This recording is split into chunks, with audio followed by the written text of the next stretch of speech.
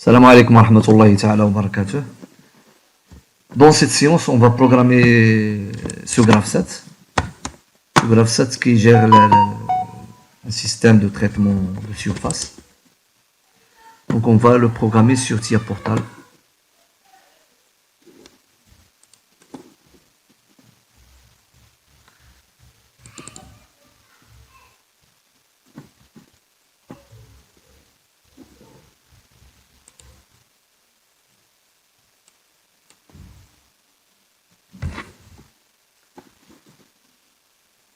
Donc on va créer un nouveau projet. Donc, traitement de surface.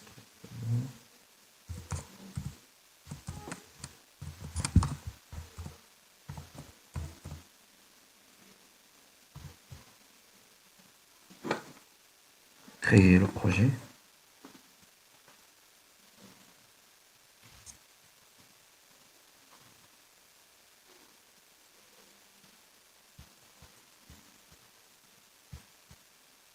Configurer un appareil.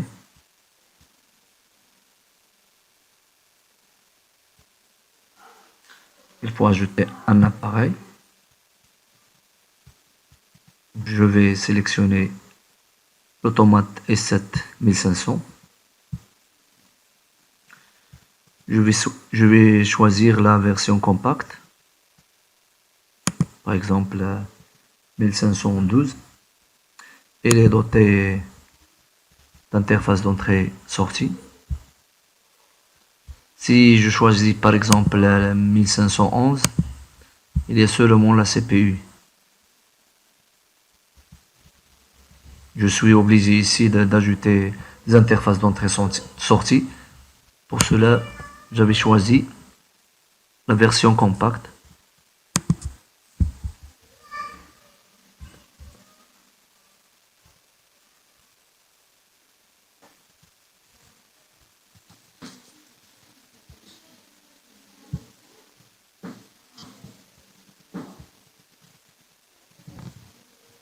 Donc pour programmer avec le graph7, donc on va ajouter un nouveau bloc. Donc on va choisir bloc fonctionnel avec le langage graph. Avec le langage graph. OK.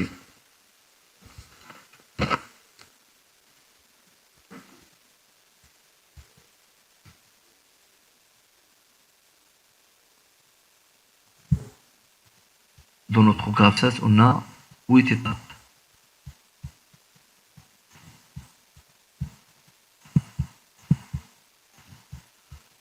Donc on doit ajouter des étapes et des transitions.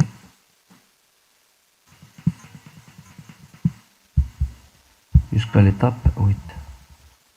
Donc un saut d'étape vers l'étape 1.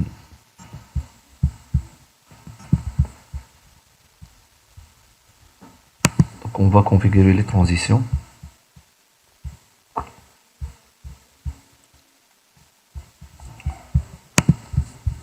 Donc pour la première transition, on a 3 réceptivités.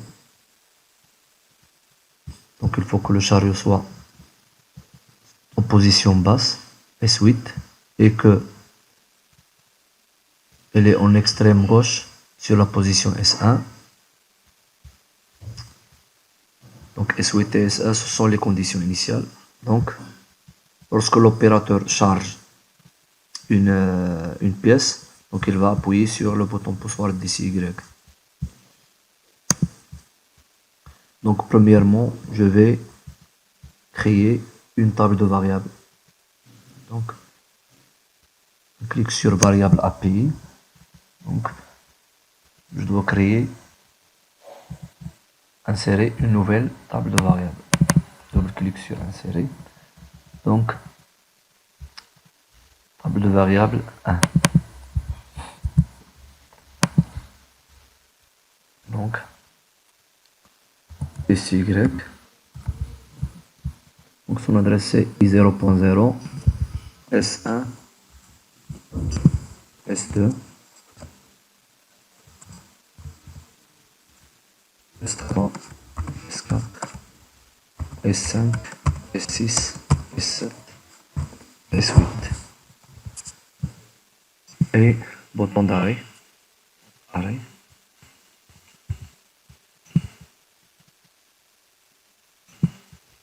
Pour les sorties.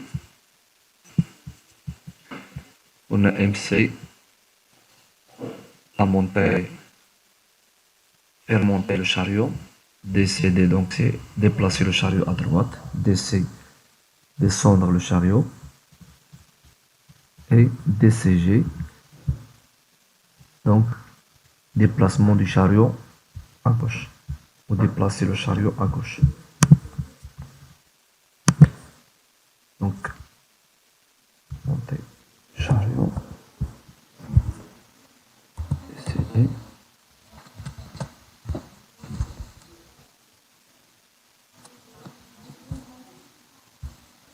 Sont des actions. Donc, je vais changer I par Q.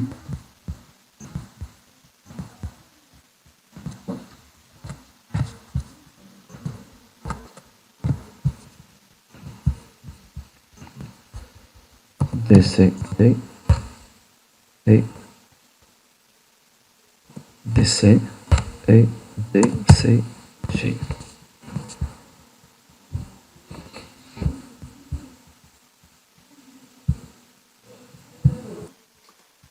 Je vais ajouter aussi les 4 temporisateurs.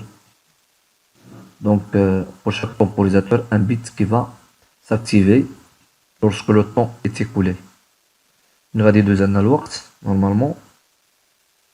Donc, واحد le bit mémoire غادي يتاكتيفا. Tempo, donc, tempo, hein. Je vais changer Q par M. M, bit mémoire. M0.0. Tempo. Tempo 2. Tempo 3. Et tempo 4.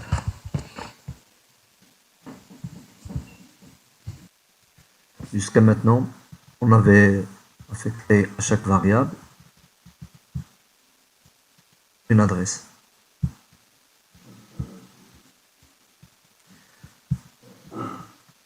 Retournons à notre bloc FP.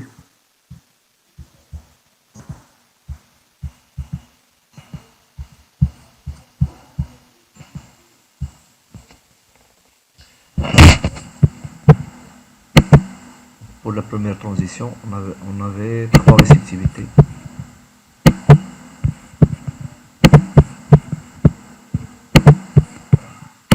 On a S1,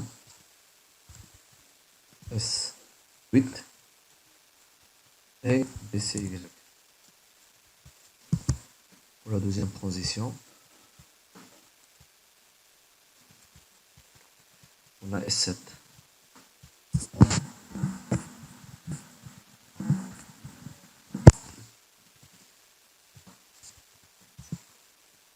Pour la troisième transition, on a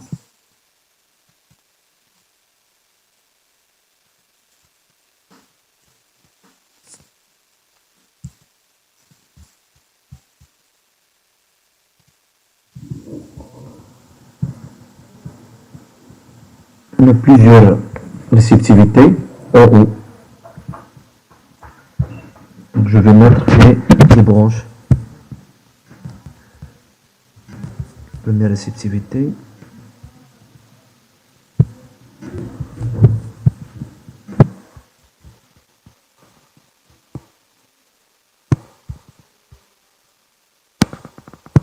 La deuxième.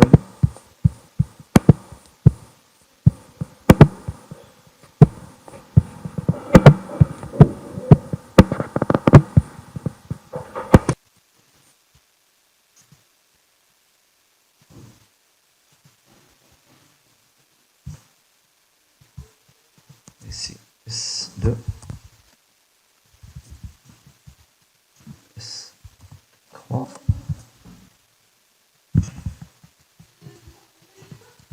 S4,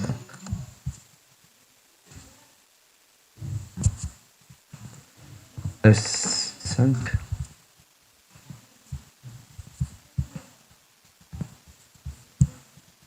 S6.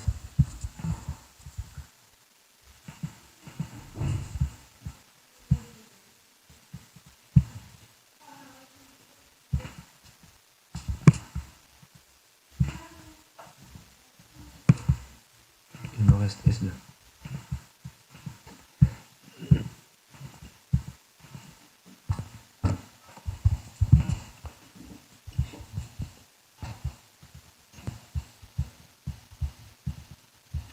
Pour la quatrième transition, donc on a la récessivité S8.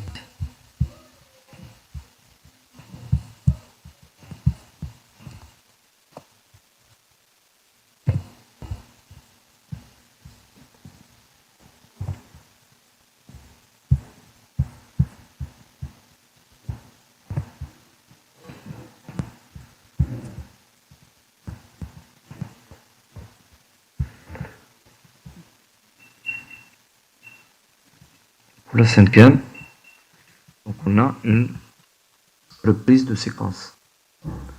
Donc c'est un aiguillage en haut.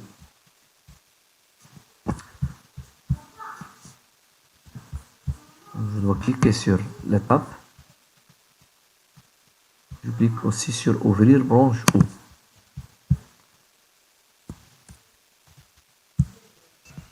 Donc je dois retourner à l'étape 2.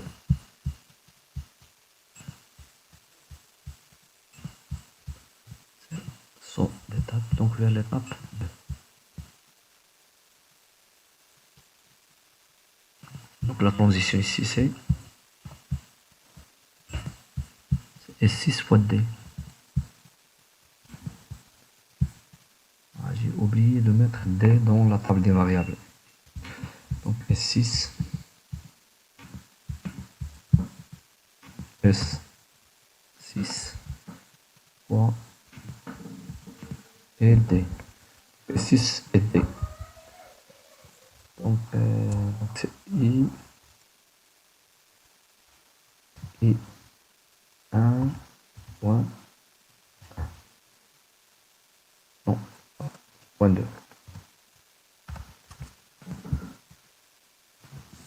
Je vais changer pour nommer la variable. Donc c'est petit d.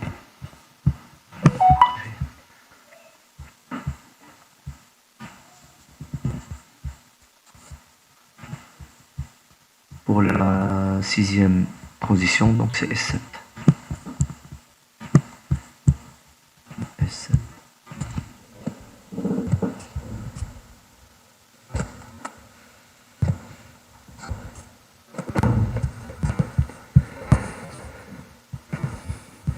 Pour la septième, c'est S1. Pour la huitième, c'est S8.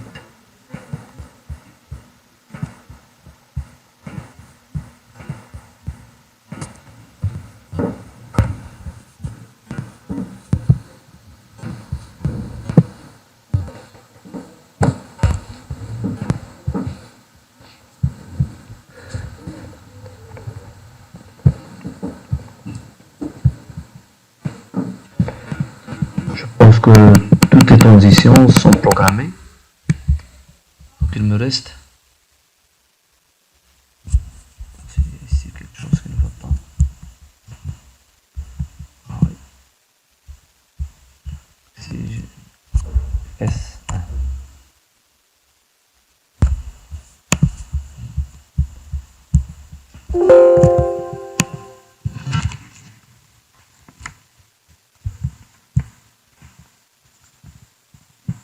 Il me reste cette transition. Je vais la programmer après la configuration des sorties. Donc pour les sorties, donc la première sortie c'est MC, donc c'est monter le chariot, faire monter le chariot. Donc l'action c'est MC.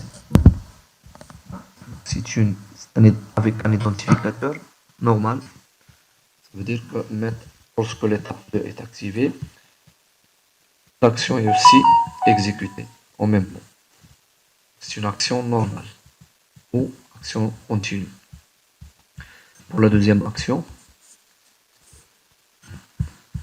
DCD, déplacement, donc déplace le chariot à droite.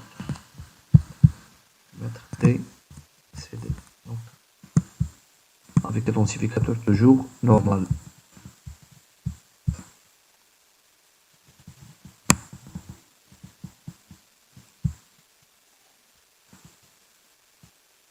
Pour la quatrième étape, donc DC, donc c'est déplacer, descendre le chariot. C'est avec l'identificateur normal.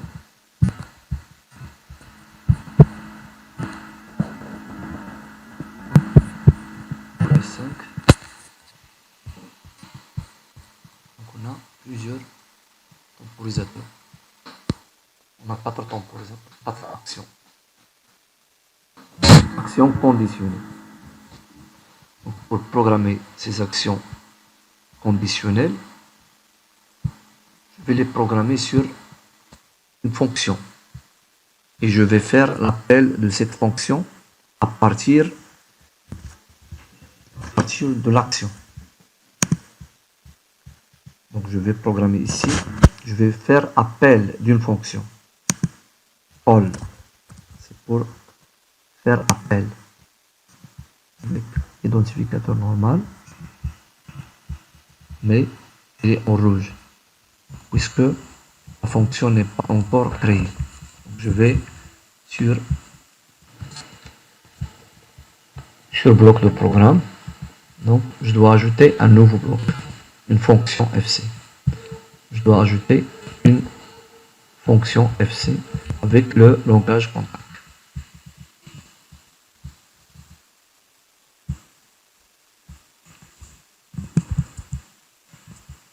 Donc c'est la fonction FC1. Je dois programmer ici 4 temporisateurs. 4 temporisateurs donc. Pour chaque temporisateur, il y avait une condition. S2 pour le temporisateur T1, lorsque le capteur S2 est actionné, donc le temporisateur T1 qui s'active. Lorsque S3 est actionné, le temporisateur T2 qui va fonctionner, et ainsi de suite. Donc, lorsque j'appuie sur le bouton S2, ça veut dire que le capteur est actionné, S2, un temporisateur qui va s'activer, donc c'est on. Temporisateur est on.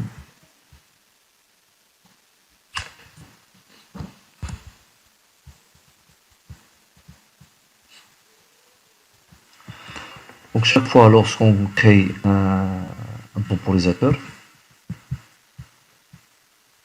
un bloc de données d'instance se génère automatiquement pour sauvegarder les données de temporisation.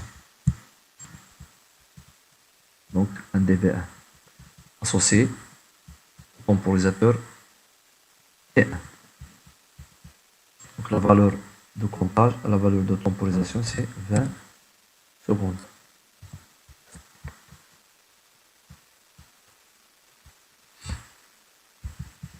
Je vais minimiser cette valeur. Je vais prendre 10 secondes. Donc ce bit s'active tempo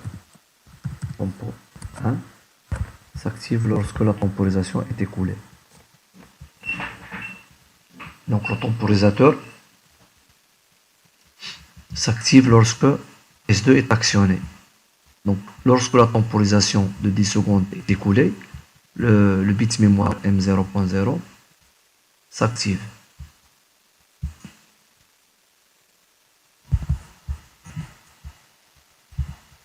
La même chose pour le deuxième temporisateur. Donc il s'active lorsque S3 est est actionné. T1.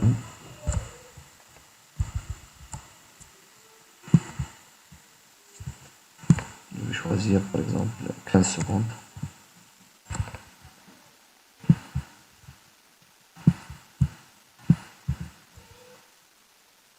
Tempo 2.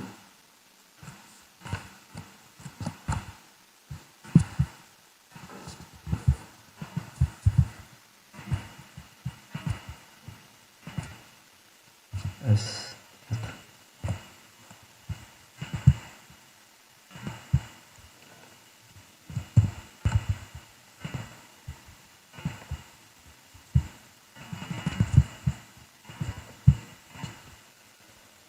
On va mettre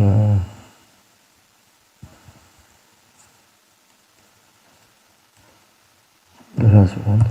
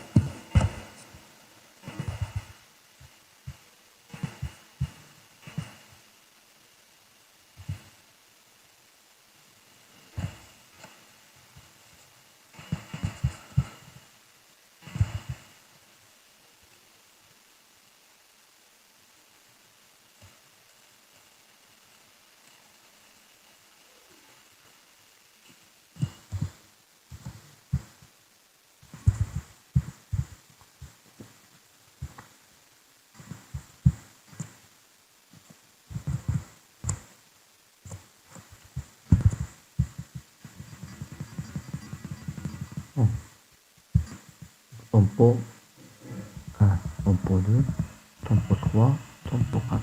Donc j'ai 4 temporisateurs.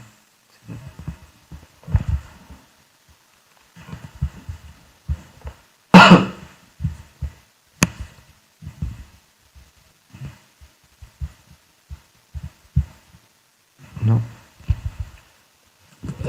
Je dois faire appel à la fonction FC1.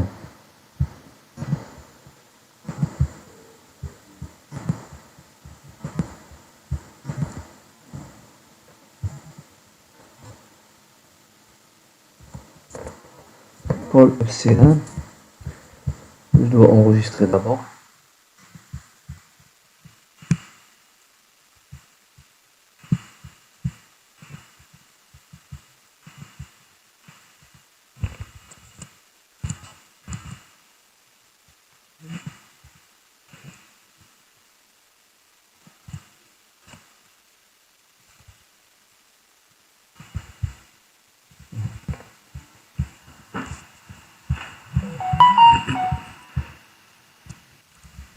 Toujours lorsqu'on arrive sur cette action, il y a un appel du bloc FC1.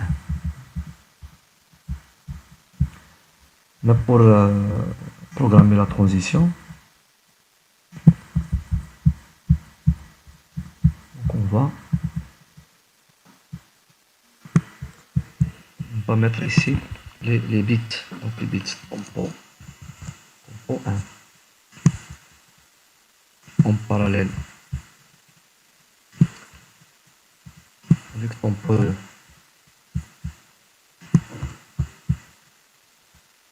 Parallèle avec tempo 3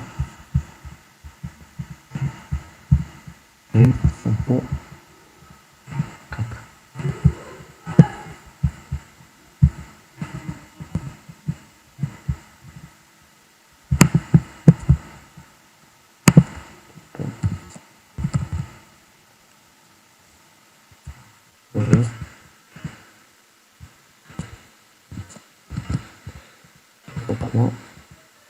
Et finalement tempo 4.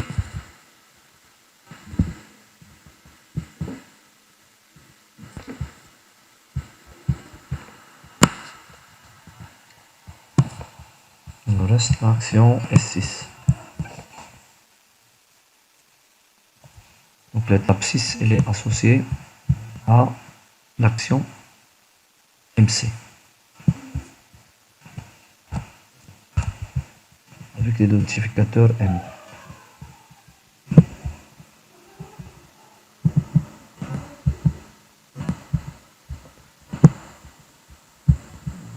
L'étape 7 est associée à l'action DCG. DCG, DCG, avec l'identificateur normal.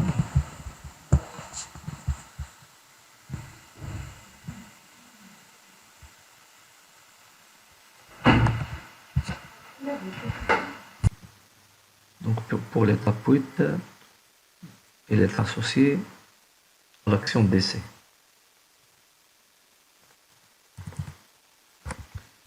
L'identificateur, c'est toujours normal.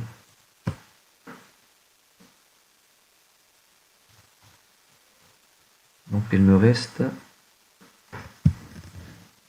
de faire le graphe 7 de sécurité, le deuxième graphe 7. Donc c'est le graphe 7 de production normale. Il me reste de faire le graphe 7 de sécurité. Donc concerne l'arrêt d'urgence. Donc je dois cliquer sur insérer graphe pour insérer le deuxième graphe 7. Donc il est constitué de deux étapes. Je vais retourner sur l'étape 9.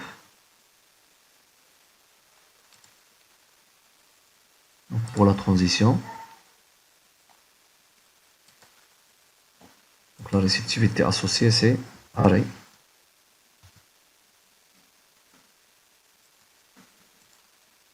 Pour la deuxième transition, la réceptivité associée, c'est arrêt barre. Donc je vais mettre en contact fermé du bouton poussoir arrêt. Donc pour les étapes, pour configurer les actions, donc je vais mettre S1 étape. Lorsque l'étape S10 est active, désactiver toutes les étapes du graphe 7 de production normale.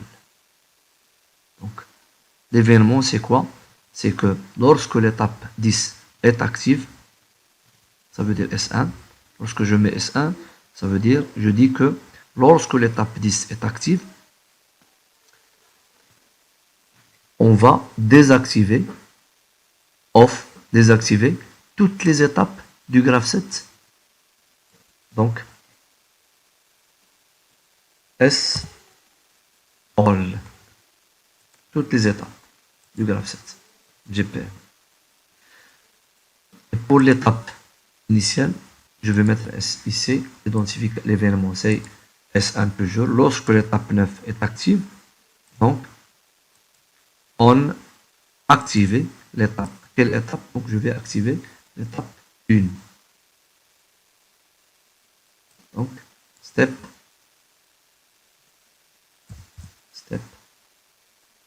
1.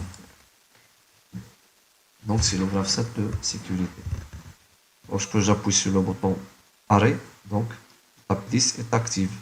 Donc, l'action associée, c'est de désactiver toutes les étapes du graphe 7 de production normale. Et lorsque je relâche le bouton d'arrêt, donc je retourne à la position, à l'étape S9. Donc l'action associée à cette étape, c'est d'activer l'étape numéro 1. C'est le graphe 7 de sécurité. Donc il nous reste de faire appel du bloc FB1 dans l'OB1. Donc je vais faire appel du bloc FB1 dans l'OB1. Donc celui-là c'est l'OB1.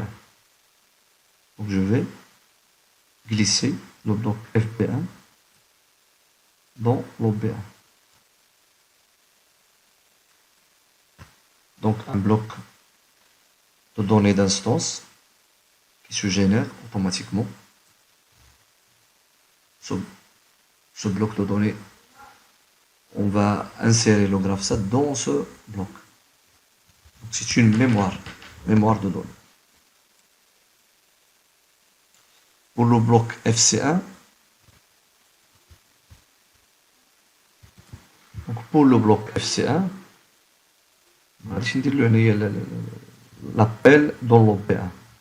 L'appel dans l'OP1, donc il devrait être exécuté toujours avec le GraphSat. Par exemple, ici, j'ai S2 plus S3 plus S4 plus S5 plus S6. Donc lorsque j'actionne S2, donc le temporisateur va s'activer. في هذه الحالة غادي يبقى يتاكتيف لنا التومبوريزاتور في هذه اللحظة هذه. لا بغينا حتى ليطاب 5 غادي تاكتيف. دونك هنا إلا جليسيت الاف سي دون لوبي غادي يبقى يتقرا الكرابسات ومن تحت منه غادي يبقى يتقرا داك كل مرة في شاك سيكل غادي يدوزو لي زيتاب 8 غادي يبقى يتقرا لنا الاوبي.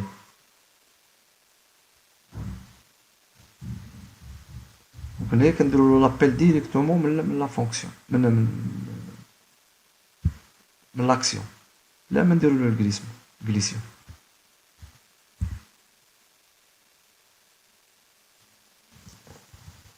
Donc je passe à la simulation. Je dois enregistrer le projet. J'appuie sur l'écran de simulation.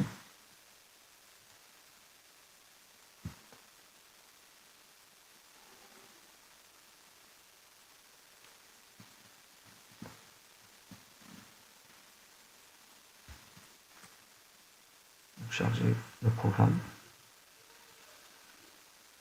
Démarrer tout. Ça veut dire démarrer le simulateur.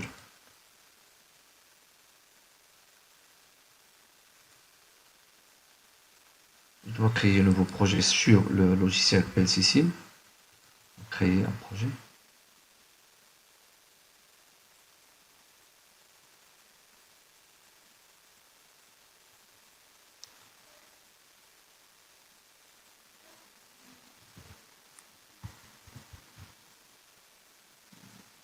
Donc table de simulation. Double-clic sur table de simulation. Donc, pour faire appel à toutes les variables, donc je dois cliquer ici. C'est pour la version 14. Et pour la version 13, je dois toujours créer chaque variable. Je vais faire appel à chaque variable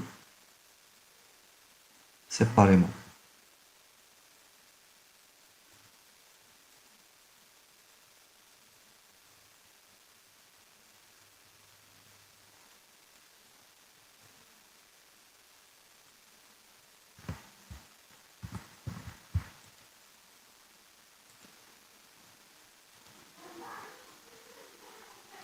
Donc je vais activer la visualisation du programme.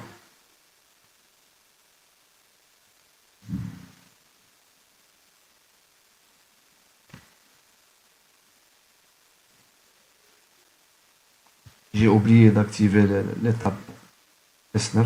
Donc c'est une étape initiale. Donc je dois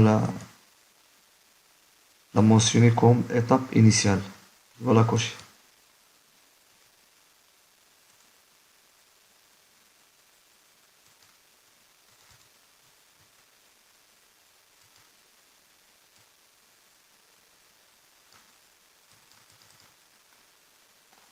Je dois charger mon programme de nouveau.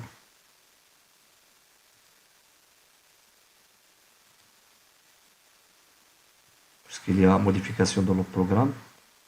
Je vois ici dans le bloc FP1, le programme dans le simulateur n'est pas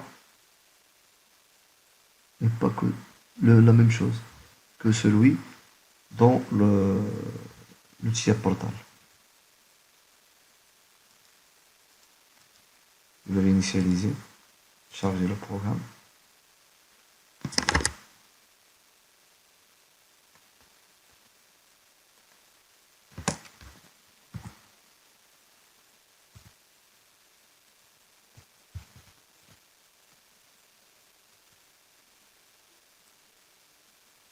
Donc les deux étapes sont activées initialement.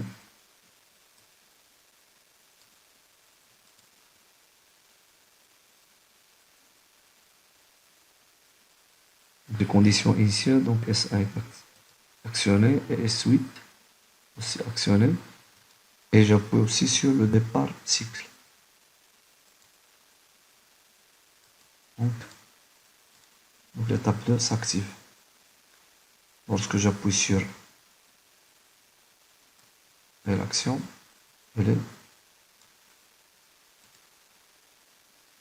l'état 1.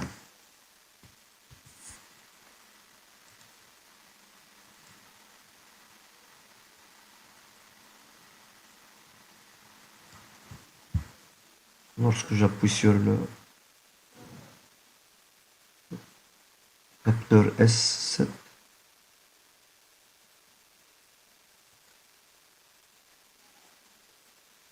donc l'étape 3 est active.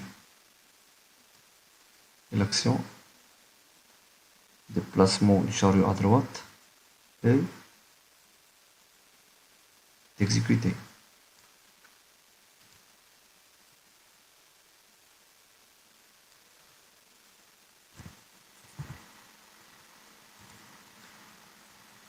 Lorsque j'appuie sur l'un des boutons poussoirs, l'un des capteurs, j'appuie premièrement sur S2.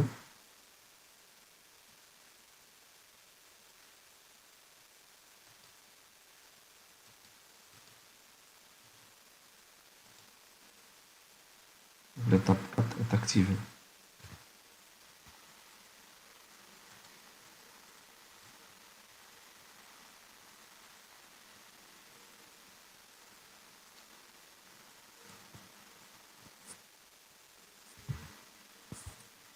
Lorsque j'appuie sur, lorsque le capteur S8 est actionné, qu'on passe à l'étape 5. Donc il y a un appel du bloc FC1.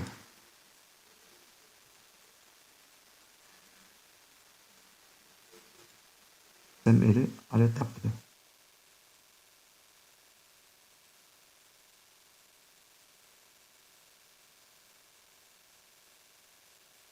Je vais actionner S7.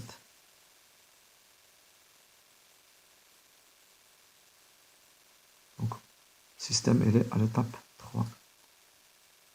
Lorsque j'actionne S2, le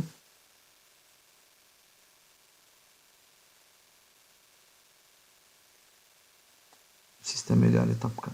Donc, je vais actionner aussi S8. Donc le système passe directement à l'étape 2. Je prise de séquence, mais la temporisation elle est déjà mémorisée. Puisque l'action associée au temporisateur, donc le tempo 1, toujours reste valide. Je vais donc changer S2 par S3. Lorsque j'actionne, j'appuie de nouveau sur S2, ça veut dire je vais appuyer sur S7.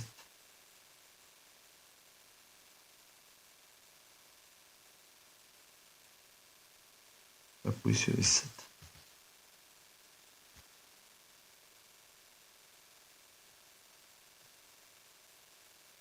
Le système est à l'étape 3. Je vais actionner S3.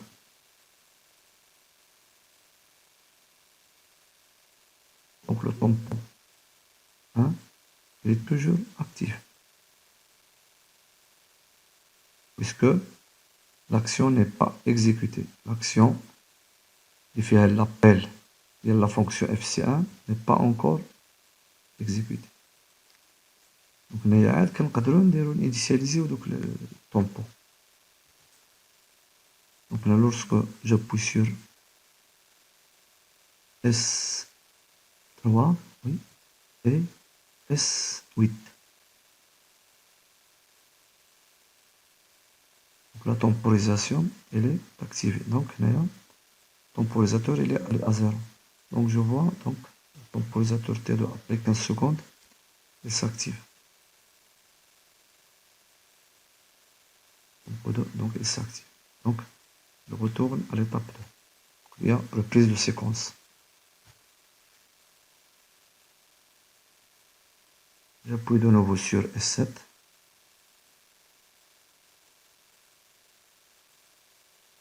Le système est à l'étape 4. J'appuie sur S4. Et ici que le temporisateur T2 est toujours actif. Mais lorsque j'arrive sur l'action où il y a l'appel de la fonction FC, donc le tempo 2 se désactive et le tempo 3 s'active si j'appuie sur S4.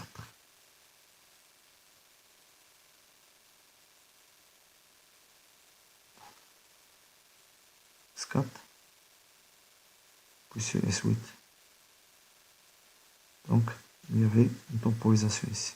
Donc, le tempo T2 est désactivé, mais le tempo T3 va s'activer après 20 secondes.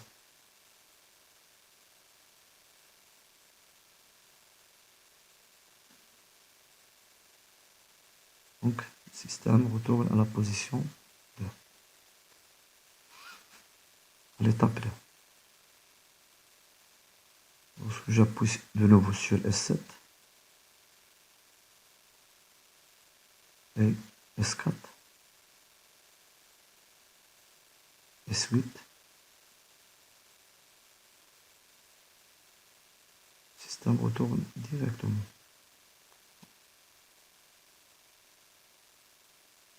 Non, j'ai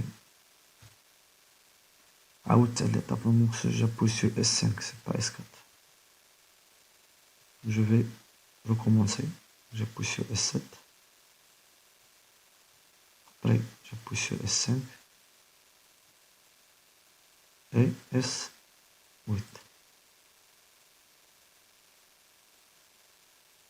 Temporisateur désactivé et le tempo 4 s'activer. Donc, le système retourne à la position S2. Je dois appuyer de nouveau sur S7 pour sortir de cette boucle. Après, sur S6, il n'y a pas de, lorsqu'on actionne S6, donc il n'y a pas de temporisation. Je dois appuyer sur S8. S8 il est déjà appuyé. Pour sortir de cette boucle, je dois appuyer sur S6 et D.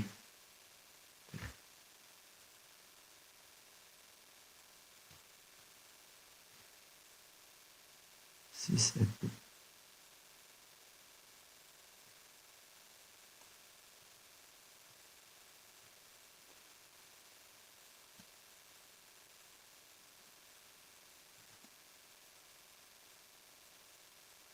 Donc après je vais actionner S7.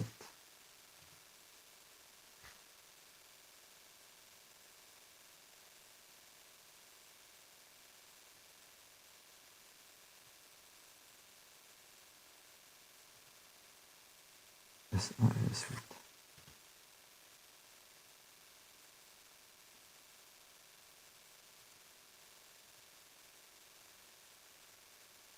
Dernièrement, c'est S8. Donc pour retourner à la position initiale.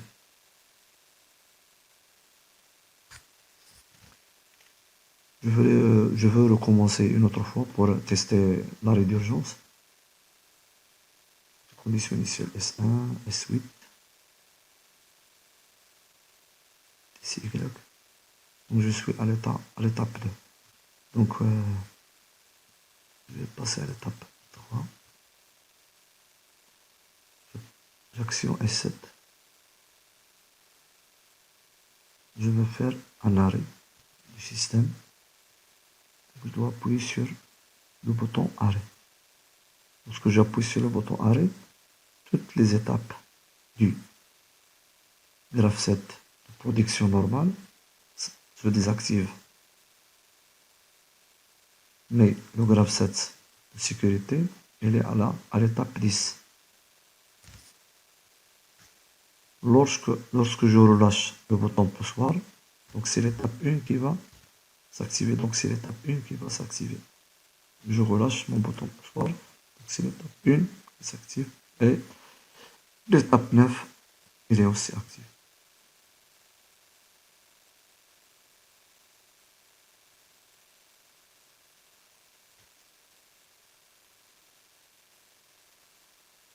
Donc c'est tout pour ce graph 7.